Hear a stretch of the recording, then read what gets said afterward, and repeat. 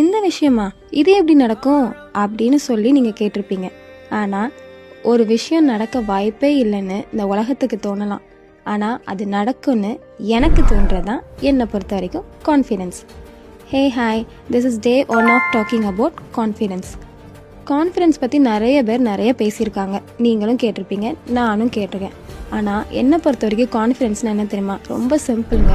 ஒரு விஷயம் நடக்க வாய்ப்பே இல்லைன்னு இந்த உலகமே சொன்னாலும் சரி, இல்லை உங்களுக்கு தெரிஞ்சவங்களே சொன்னாலும் சரி, அந்த ஒரு விஷயம் நடக்கும்னு எனக்கு தோணுனா அதுதான் கான்ஃபிடென்ஸ். அந்த மாதிரி தான் நீங்களும். சில விஷயம் இதுக்கெல்லாம் வாய்ப்பே இல்லை அப்படின்னு சொல்லுவாங்க. ஆனால் அதெல்லாம் இல்லை, அந்த விஷயத்தை நடத்தி காட்டுறது தான் கான்ஃபிடென்ஸ். முடியாதுன்னு சொல்கிற இடத்துல ஒரு ஸ்டெப் எடுத்து வைக்கிங்க பார்த்தீங்களா, தட் இஸ் கால்ட் கான்ஃபிடென்ஸ்.